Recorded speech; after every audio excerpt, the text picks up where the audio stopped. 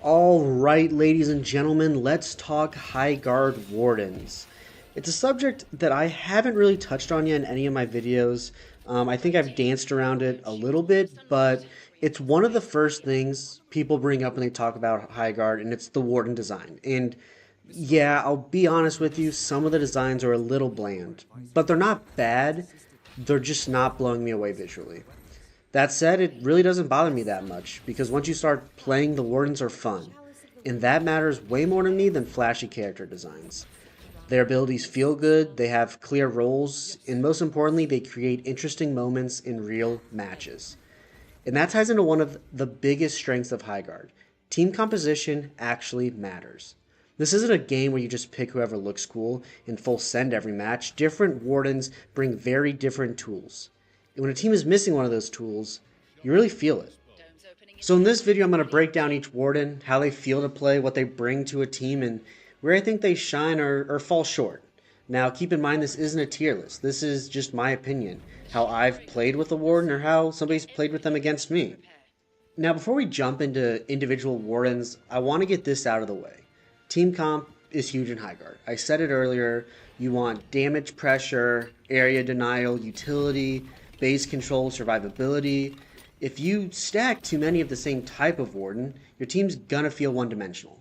Some Wardens exist to kill, some to control space, and some to keep the team alive. And the best teams I've found usually have a mix of those. So let's get into the Wardens.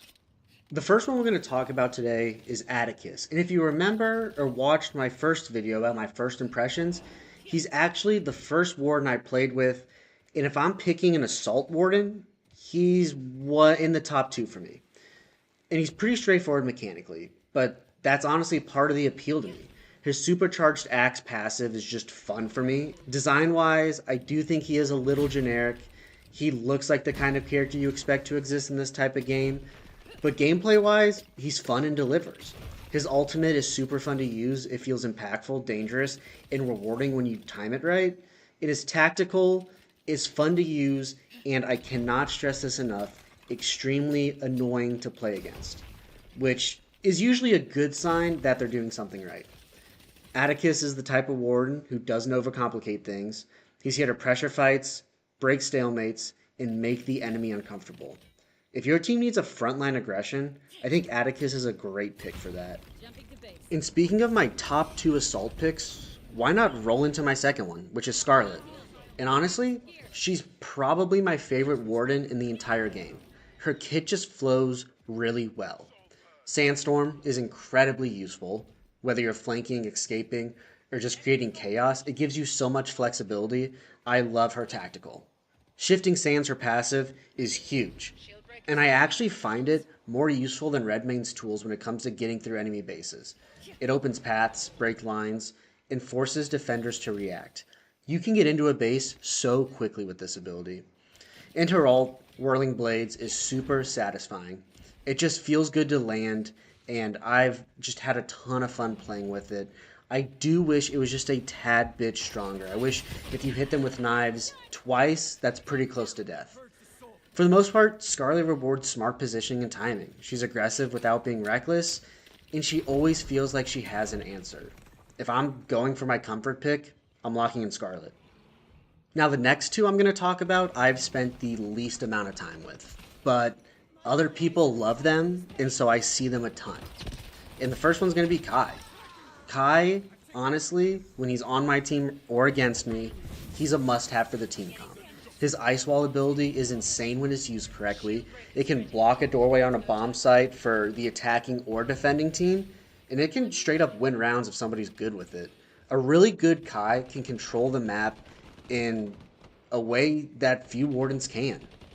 His passive, though, is fine. I'm not super impressed by it, and I think there could have been a better one for him. But his ult is one of the most fun in the game. And I'm going to say it a lot this video. I think a lot of the ults were done pretty well. I think a lot of them, for the most part, are really fun. His ult especially is super powerful and disruptive. And you know, Kai may not be at the top of the kill board every match, but he's going to have an impact. And if your team lacks control or structure, I think Kai's going to fill that gap immediately. Mara is the second one I haven't played a ton with. but her presence like Kai is super noticeable. I mean, I feel like I always have her on my team or against me. Her soul armor is massive, and I think, in my opinion, she's the best support warden in the game. And it might just be because of this ability. Having that extra shield is so important. Sacrifice as her passive is super interesting. It adds depth and decision making to having her make sure she, gets the souls of the enemy team. And her ult is honestly game changing. All three of her abilities are super important for support. Her ult can just be put down in the middle of the enemy base and your team can spawn there. I don't think she's just a support. If you have a good Mara, she's going to change how the fight plays out. She can extend engagement, punish overcommitments, and she can keep the team alive. If you're sleeping on her as a Warden, you probably shouldn't be. Slade is just fun. He's the guy I go to when I just want to have a chill game and try to get some kills. He has some of the highest raw killing power in my opinion, and his kit is designed to punish. Heat Wave, super annoying to play against, and once again one of those abilities that I just find super satisfying to use. Same with Firebomb. It can force movement, deny space, and create a little bit of panic. And Firestorm is the strongest killing ultimate in the game in my opinion.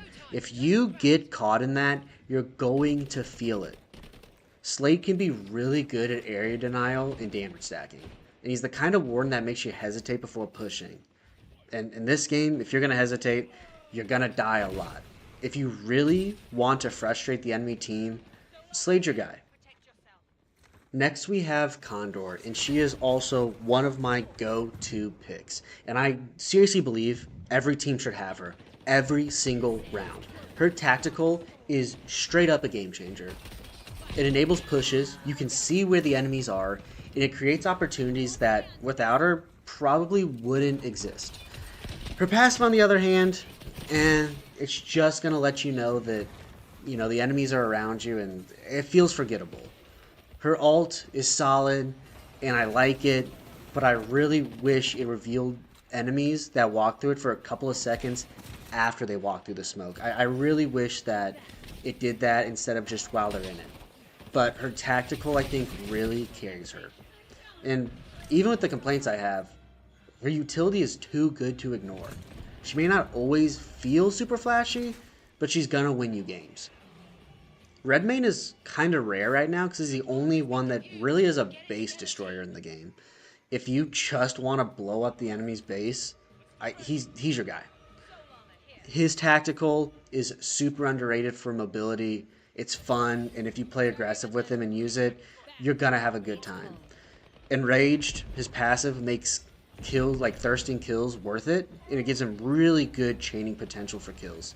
His ultimate is absolutely devastating to enemy bases when it's used correctly, and is one of the more fun ones to use in the game.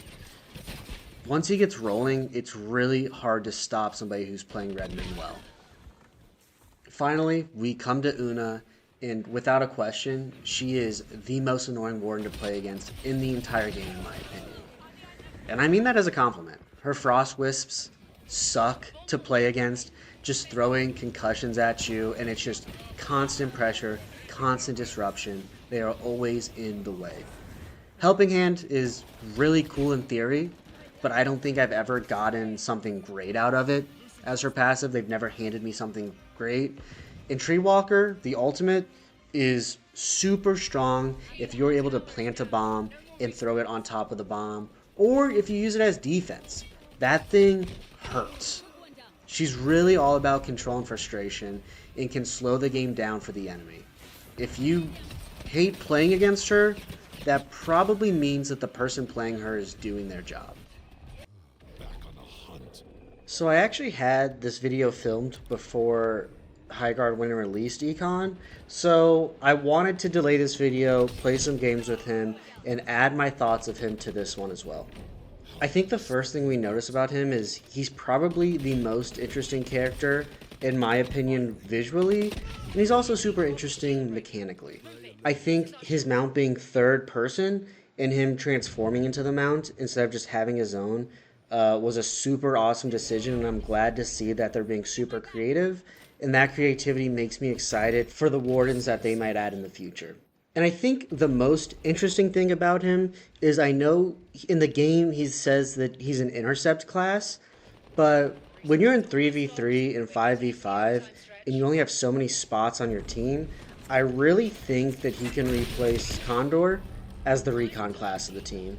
I play Condor a lot, and like I said earlier in the video, I only really like her tactical, but I think it's super useful.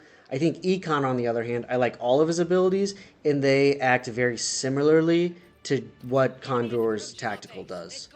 But overall, I think the team killed it. I think this is a really strong first Warden to add, and I'm excited to see what else they have up their sleeves when it comes to adding new Wardens to the game.